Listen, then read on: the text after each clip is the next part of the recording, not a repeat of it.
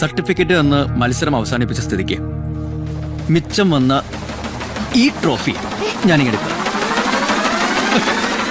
നിന്റെ നോട്ടം കണ്ടത്തൊന്നും ഞാനിവിടെ തട്ടിക്കൊണ്ടുപോകുന്നു. നീ അവളുടെ മുഖത്തേക്കും സൂക്ഷിച്ചു നോക്കിയേ.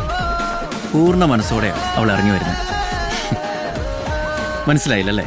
കള്ള സർട്ടിഫിക്കറ്റുമായിട്ട് നീ കടൽ കടന്നപ്പോ ഹോസ്പിറ്റലില് ഞാൻ കൈമുറിഞ്ഞു കിടന്നത് നീ അറിഞ്ഞായിരുന്നോ?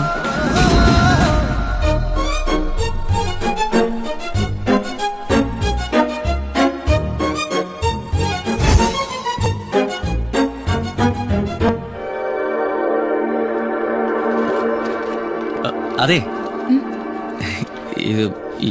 ഈ വാച്ച് ഞാൻ ചേച്ചിയുടെ ബർത്ത്ഡേക്ക് ഗിഫ്റ്റ് കൊടുത്തതല്ലേ? പണ്ട് മുതലേ ചേച്ചി ഉപയോഗിച്ച് ഉപേക്ഷിച്ച സാധനങ്ങളാണ് എനിക്ക് കിട്ടാറ്. പക്ഷെ ഇത് അങ്ങനല്ല കേട്ടോ, എനിക്ക് ഇഷ്ടം തോന്നിട്ട് അടിച്ചു മാറ്റിയത്.